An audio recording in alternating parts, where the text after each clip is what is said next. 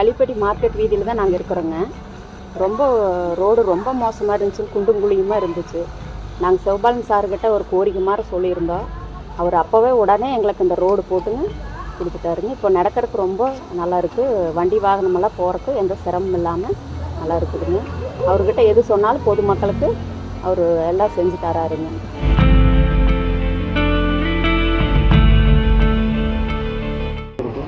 முன்னாடி குண்டுங்குழியுமே இருந்ததுங்க. அப்புறம் கோயிலுக்கு போகிறதுக்கு ரொம்ப கஷ்டமாக இருந்ததுங்க. சிவபாலன் அண்ணங்கிட்ட போய் சொன்னேங்க. அந்த அண்ணா வந்து வீதியை பார்த்துட்டு உடனே எங்களுக்கு காங்கிரீட் ரோடு போட்டு தந்துட்டாருங்க.